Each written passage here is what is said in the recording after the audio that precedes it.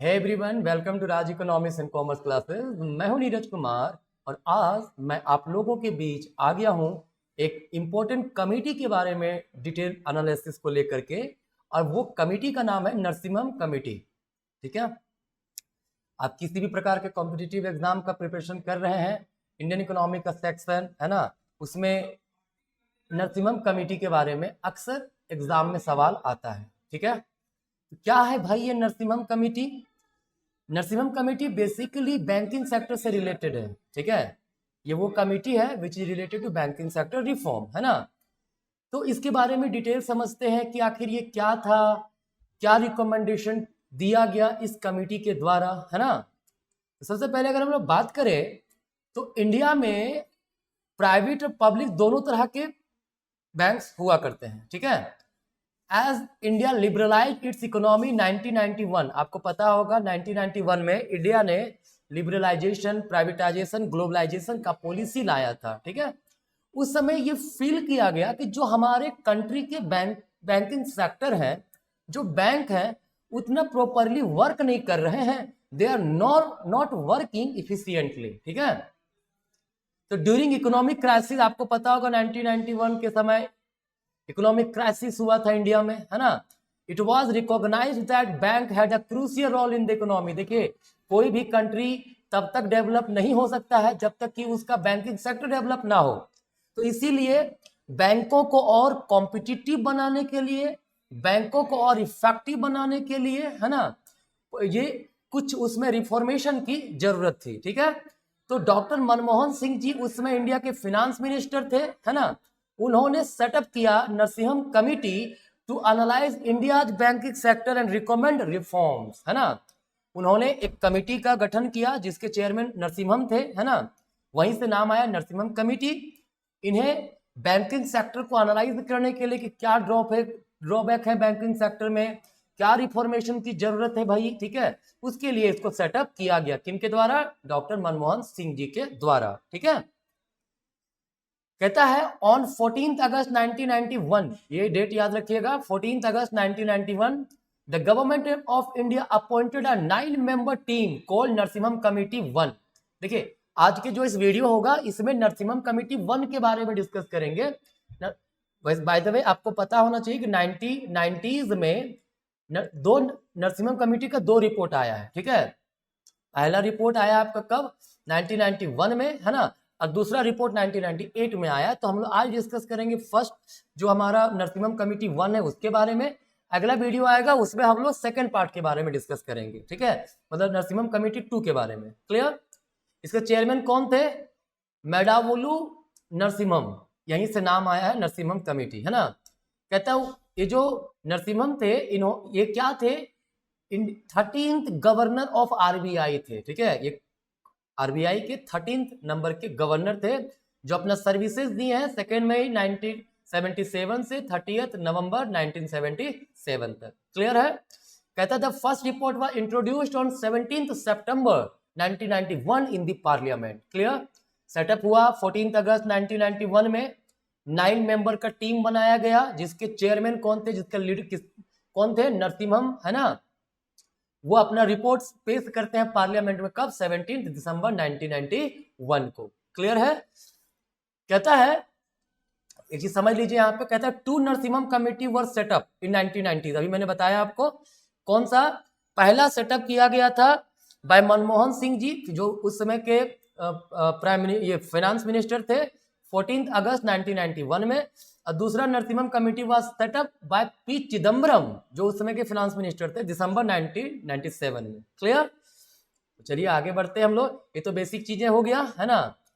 अब भाई क्या रिकमेंडेशन था आखिर नरसिम्हम कमेटी जो आखिर क्या इन्होंने कुछ रिकमेंडेशन दिया? बिल्कुल, बहुत सारे रिकमेंडेशन दिया है बैंकिंग सेक्टर से रिलेटेड। क्या था वो?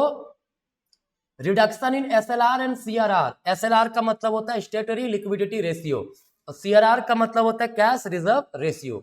देखिए, सीआरआर का मतलब क्या होता है मैं आपको बता दूं शॉर्ट में यहाँ पे, है ना। कहता है कॉमर्शियल बैंकों के पास जितने भी डिपॉजिट आते हैं, है ना, उसका एक सर्टेन पोर्शन उसे रिजर्व बैंक के पास रिजर्व रखना पड़ता है। ठीक है, मतलब सेंट्रल बैंक के पास रिजर्व रखना पड़ता है, वो होता है सीआरआर। और एसएलआर होता है क्या?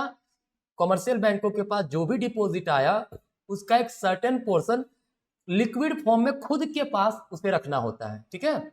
दोनों जो सेट किया जाता है कितना रहेगा वो सेंट्रल बैंक के द्वारा, मतलब हमारे आरबीआई के द्वारा होता है, ठीक है। कहता है जो हमारा एसएलआर और सीआरआर था ये बहुत ही एक्सट्रीमली हाई था। सीआरआर एसएलआर अगर बहुत ज्यादा रहे ना तो क्रेडिट क्रिएशन कम होता है, मनी का फ्लो इकोनॉमी में कम होगा, ठीक है। तो due to this bank resources were not available for government use, ठीक है। The committee recommended reducing the SLR and CRR from 30.8% to 25% and from 15% to 3 to 5%। देखिए उस समय SLR जो था 38.5% था, उसे घटा के 25% लाने के लिए कहा गया, और CRR 15% था, उसे घटा के 3 से 5% के बीच में रखने के लिए कहा गया, ठीक है। इससे क्या होगा, बैंकों के पास लिक्विड फॉर्म ऑफ मनी बढ़ेगा, वो ज्यादा से ज्यादा लोगों को लोन दे पाएगा, इकोनॉमी में मनी सप्लाई बढ़ेगा, ठीक है। ये पहला रिकमेंडेशन क्लियर था। रीऑर्गेनाइजेशन ऑफ बैंकिंग सेक्टर कहता है the Narasimham committee 1 recommended a reduction in the number of public sector banks. इसका ये रिकमेंडेशन था कि पब्लिक सेक्टर बैंक में कमी की जाए। The committee suggested merger and acquisition increase the banks efficiency. कहता है कुछ कुछ बैंक जो है उससे मर्ज करना चाहिए, है ना। ऐसा नहीं कि बैड बैंक को मर्ज कर दिए गुड के साथ, है ना। एक तरह का बैंक है, अगर पॉसिबल है तो उसे मर्ज किया जाए ताकि वो एफिशिएंटली वर्क कर सके, क्लियर। तो हमारा सेकंड क्या था इसका recommendation, reorganization of the banking sector, right. आगे क्या था रिकमेंडेशन, आगे रिकमेंडेशन था establishment of the ARF tribunal. कहता है ड्यूरिंग द 1991 इकोनॉमिक क्राइसिस, जब 1991 इकोनॉमिक क्राइसिस आया था, banks bad debt and non performing assets were concerning. कहता है बैंक के पास बहुत बैड डेट थे, मतलब एनपीए बहुत ज्यादा था। मतलब एनपीए क्या होता है, आप लोन अगर दिया जाए बैंकों के द्वारा और 6 मंथ तक उसमें कोई मतलब रिटर्न में नहीं मिलता है, ठीक है, पैसा ना तो इंटरेस्ट ना तो प्रिंसिपल कुछ नहीं मिल रहा है, तो वो बेसिकली उस तरह के बैड डेट कहलाते हैं, ठीक है। वो एनपीए की कैटेगरी में धीरे धीरे जाने लगता है, क्लियर। तो ये एक बहुत बड़ा कंसर्न था, ठीक है। तो कहा ये जो बैड प्रोपोर्शन डाउटफुल डेट जो है, ठीक है, इसे कम करने की आवश्यकता है। The committee recommended setting up an assets reconstruction fund. कहा उसके लिए क्या कहा, एसेट्स रिकंस्ट्रक्शन फंड सेट करने के लिए कहा, एआरएफ जिसको बोलते हैं, to take over the proportion of bad and doubtful debt from banks and financial institution, ताकि वो ध्यान रख सके जो बैड डेट है उस पर कंट्रोल कैसे करना है, जो फाइनेंशियल इंस्टीट्यूशन में एनपीए है उसे दूर कैसे करना है, क्लियर है। नेक्स्ट है, नेक्स्ट रिकमेंडेशन था रिमूवल ऑफ डुअल कंट्रोल। कहता है at that point the banking sector India was regulated by the RBI and the ministry of finance. मतलब गवर्नमेंट भी कंट्रोल करता था और सेंट्रल बैंक भी करता था। तो कमिटी का कहना था जी नहीं, एक काम कीजिए, सोलो रेगुलेटरी बॉडी जो है वो आरबीआई को बना दीजिए, जो हमारा सेंट्रल बैंक है उसे बना दीजिए, ठीक है, ताकि किसी एक का बात चले, है ना। गवर्नमेंट कुछ कह रही है ना, वो कुछ और कह रहा है, तो इसमें बड़ा कंफ्यूजन होता है, क्लियर है। तो ये रिमूवल ऑफ डुअल कंट्रोल का सजेशन दिया गया। आगे क्या था, stop the directed credit program. The committee recommended eliminating government interest rate control as they were not profitable. कहता है गवर्नमेंट जो इंटरेस्ट रेट कंट्रोल करता था ना उसे दूर करने के लिए कहा गया, क्लियर है। फिर क्या कहा गया, इंटरेस्ट रेट डिटर्मिनेशन। कहता है the committee highlighted that the interest rate should be determined based on the market force and not by the government which was earlier the case. पहले इंटरेस्ट रेट क्या होता था, it was decided by the government, लेकिन कहा गया नहीं, ये decide किसके द्वारा होना चाहिए, ये मार्केट फोर्सेस से डिटरमाइन होना चाहिए। मार्केट फोर्स का मतलब demand and supply, the rate at which demand and supply both are equal, उस तरह से रेट ऑफ इंटरेस्ट का डिटर्मिनेशन होना चाहिए, ठीक है। अगर 5% रेट ऑफ इंटरेस्ट पे डिमांड हो रहा है, सप्लाई भी अगर 5% हो रहा है, तो इंटरेस्ट रेट कितना होना चाहिए, 5% वहां होना चाहिए। इसको बोलते हैं मार्केट फोर्स से इंटरेस्ट रेट का डिटर्मिनेशन। एक सीधा सा एग्जांपल देना, आप बस समझने के लिए, आप गए हैं एक बैंक, मतलब एक व्यक्ति के पास, बोले भैया हमको लोन चाहिए, उसने कहा 6% में देंगे, वो सप्लाई कितना में कर रहा है, 6% में। आपने कहा नहीं नहीं यार 4% में दे दो, तो आप डिमांड कितना में कर रहे हो, 4, तो क्या लोन आपको मिलेगा, नहीं देगा वो, ठीक है। लेकिन बार्गेनिंग आपस में होता है ना, मार्केट फोर्स में ताकत होता है बार्गेनिंग का। तो अब सप्लायर भी बोले चलो ठीक है 5% तो ले लो, और जो डिमांड आपने कर तो आपको ठीक, चलो कोई बात नहीं, 5% में मान जाते हैं, तो 5% में आप सप्लायर भी रेडी है सप्लाई करने को, डिमांड करने वाला भी रेडी है डिमांड करने को। तो जो 5% रेट डिसाइड हुआ, ठीक है, ये मार्केट फोर्स के द्वारा डिसाइड हुआ। क्लियर? तो ये कहना था नरसिम्हम कमेटी 1 का कि मार्केट फोर्स के द्वारा रेट ऑफ इंटरेस्ट का डिटर्मिनेशन होना चाहिए। फिर था मोर फ्रीडम टू बैंक्स, कहता है to improve the working of banks the Narasimham committee 1 recommended that every bank be free and autonomous to carry out its work, है ना।